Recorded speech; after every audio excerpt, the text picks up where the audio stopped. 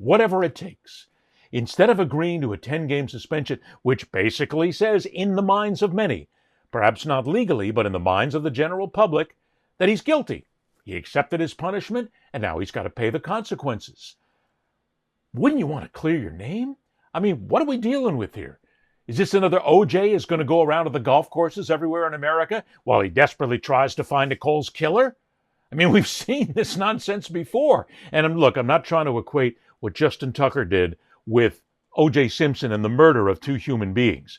But I'm saying in many ways, it's the same kind of idea here.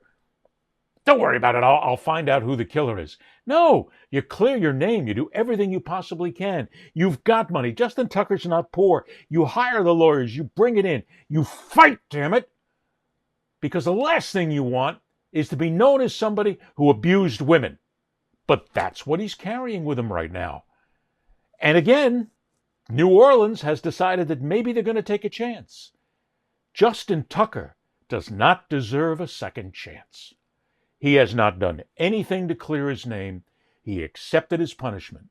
By accepting his punishment, then obviously he and his attorneys figured that the evidence was going to be too strong, and if it came out, he was going to then face perhaps even greater charges. Or maybe they just figured if we make this go away, then in a couple of years, maybe in a couple of months, by the time those 10 games are done, everybody will have forgotten. Now, we didn't forget. As a matter of fact, that's our job as journalists, not to forget. There is an issue here, and New Orleans is making a massive mistake by even considering Justin Tucker. And again, Justin Tucker's another guy who's made millions over his career. Guess what? I'll bet you he can go out and go fishing for the rest of his life and not have a problem. And he was at the end of his career anyway, pretty much. I mean, he's 36 years of age. He's getting into ancient time for kickers. That's beside the point.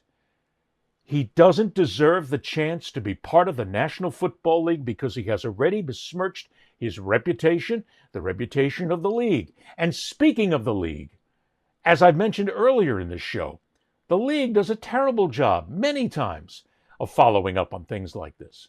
There are innumerable instances over the years where the National Football League, coaches, players, general managers, people in teams, people in organizations have covered up nonsense, have covered up illegalities because they don't want their best players to disappear. A lot of times they'll hang the worst player out to dry if he's involved in an issue, but not the best players.